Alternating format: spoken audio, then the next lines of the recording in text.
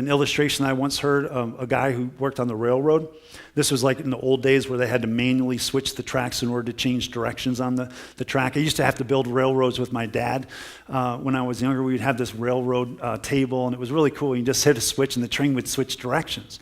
Well, as this guy is working on the railroad, he gets a message that he sees this big passenger train barreling down the tracks, and he gets a message that there's another one heading in the opposite direction about a minute apart.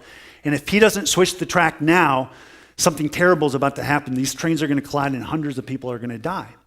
And so he's got to act fast. And so he goes out to go switch the track, but he notices way out in the distance that his son's foot, his 7-year-old son who came to work with him that day, and I don't know if this is a true story or not, but I just think it's a neat story. He gets his foot stuck in the track, this little boy does, where the switch is. But he's only got seconds. The dad has to decide, do I flip the switch and crush my son's life, or do I save hundreds of people? And so he does what he thinks he has to do to save these hundreds of people on these trains that are about to collide. He flips the switch, thus crushing his son.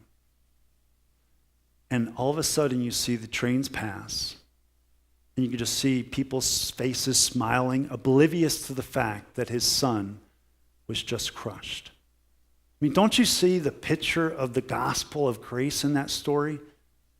That sometimes we're literally oblivious from day to day of how we live our lives sometimes of God's presence.